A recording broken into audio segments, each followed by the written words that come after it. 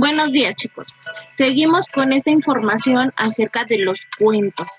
Es un mundo maravilloso transformar todas esas historias, todos esos personajes. Cuando hablamos de cuentos tradicionales, cuentos de ciencia ficción, de terror. Para conocer un poco más acerca de los cuentos, comenzamos con algunas características de lo que son los cuentos tradicionales. Se dice que de acuerdo a su origen, pues los cuentos eran prácticamente relatos anónimos, populares, que se explicaban en casa, junto al fuego, cuentos para mayores o para pequeños. Eran historias orales que han llegado hasta nosotros de la mano de los compiladores que reunieron dichos libros.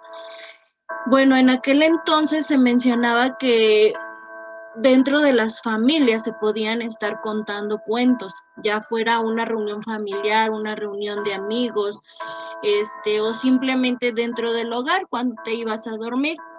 Era muy típico. También menciona que, bueno, dentro de estas características, los personajes de los cuentos realizan acciones parecidas. Por ejemplo, salir de casa, superar pruebas, etcétera. Y son esquemáticos. Por ejemplo, el agresor, en este caso lo tacharon o lo tachamos como el malvado del cuento. Puede ser, por ejemplo, una bruja, la madrastra, un ogro, un dragón, etcétera. El donante es un personaje mágico, es el hada o el duende. Los héroes, por ejemplo, las princesas, los príncipes. Se repiten estas acciones, por ejemplo, la prohibición, la desobediencia, la interrogación, la información, el combate, la persecución, la abundancia de repeticiones escénicas. Por ejemplo, la de los tres cerditos, cuando el lobo sopla a la casa de los cerditos. También hablamos de la situación inicial. En esta se empiezan los cuentos con los indicadores de tiempo y de lugar. Generalmente las palabras érase una vez, había una vez, son las que inician dentro de estos párrafos para poder introducirnos a lo que es dicha historia. Las pruebas. Por ejemplo, dice, el personaje principal debe superar una serie de obstáculos. Dentro de este bloque entran en juego lo que son las preguntas.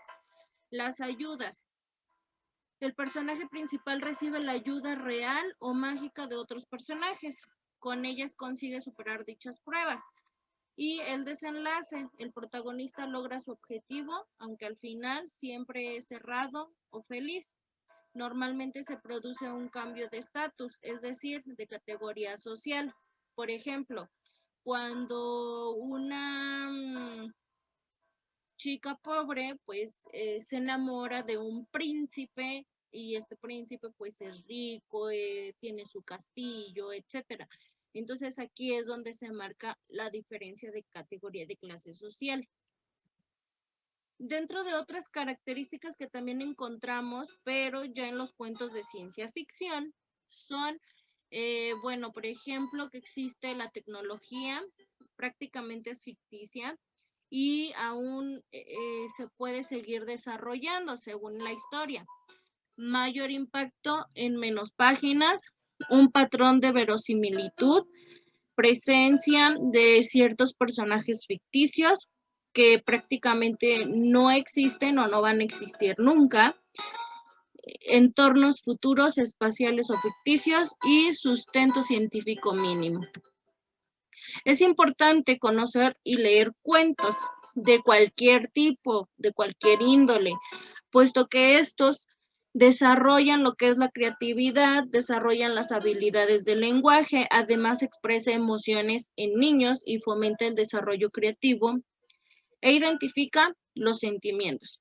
Por eso es muy importante que si tienes un hermanito muy chiquito, es importante que todas las noches le leas un cuento para que él comience a desarrollar su creatividad y sus habilidades de lenguaje.